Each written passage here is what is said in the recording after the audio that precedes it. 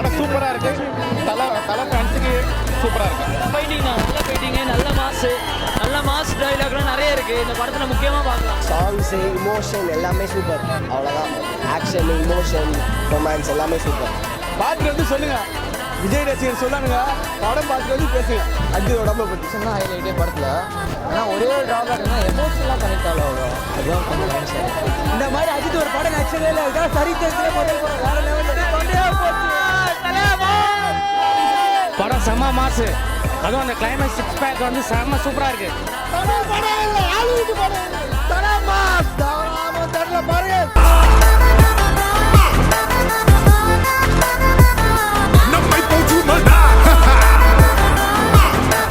Super sir, super Hollywood ரேஞ்சுக்கு.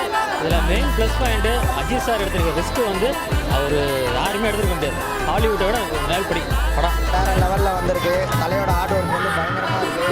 கடைசியில் blue plus போட்டு காட்டுறாங்க. அதிலெல்லாம் கண்ணே கலங்குது. அந்தளவுக்கு ரொம்ப ஹார்ட் ஒர்க் பண்ணியிருக்காரு.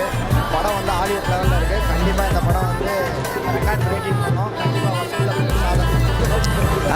தலை எப்போதுமே ஹார்ட் ஒர்க்கர் தான். இந்த படத்தில் வேற லெவலில் பண்ணிருக்காரு. கிளைமேக்ஸ் சீன், ஒரு சிக்ஸ் பேக் சீன் ஒன்று வருது, செஞ்சுட்டாரு சார். நாங்கள் இந்த படத்துக்கு வந்து 5 சொல்ல போனோம் சார். கடைசியாக 6 பேக் சீனுக்காக அது ஒர்க்கு. 45 வயசில் யாரும் நேற்ற முடியாது. ஸ்க்ரீன் பிளே வந்து யாருமே கணிக்க முடியாது. ஸ்க்ரீன் பிளே ட்விஸ்ட் மாறி வந்துனே இருக்கும். ஃபேமிலி ஆடியன்ஸ் சத்தியமாக என்ஜாய் பண்ணுவாங்க. அது வந்து 100% ஷுர். அண்ட் எல்லாரும் வந்து படத்தை பாருங்க. தேங்க்யூ. டோட்டல் பேக்கிங் பண்ண படம் வந்து நம்ம எதிர்பார்த்தோட நிறைய இருந்துச்சு.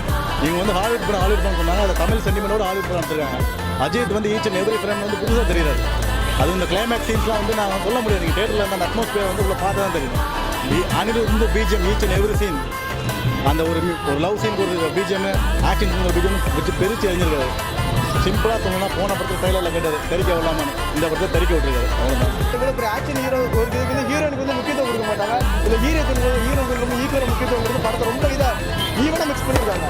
குறிப்பாக பார்த்தீங்கன்னா எந்த ஒரு டயலாக் வந்து ரொம்ப அன்வான்டாக இல்லை, கரெக்டான டயலாக் இருந்துச்சு. டயலாக் வந்து ரொம்ப பவர்ஃபுல்லாக இருந்துச்சு.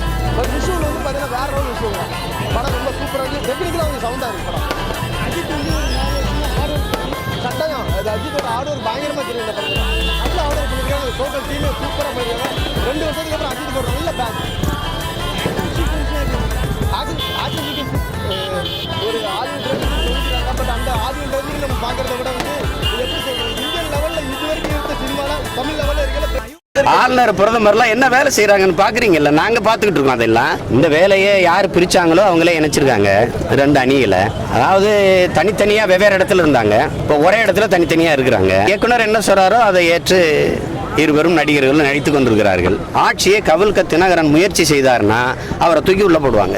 அதிமுகவை அப்படியே முழுங்கும். அந்த பெரிய மீன் இருக்கு பாரதிய ஜனதா, இந்த சின்ன மீனை முழுங்கும். இவர்கள் அம்மாவும் 48 திருடர்கள் இருந்தாங்க. இப்ப அம்மா இல்ல, வெறும் 48 திருடர்கள் மட்டும் இருக்கிறாங்க.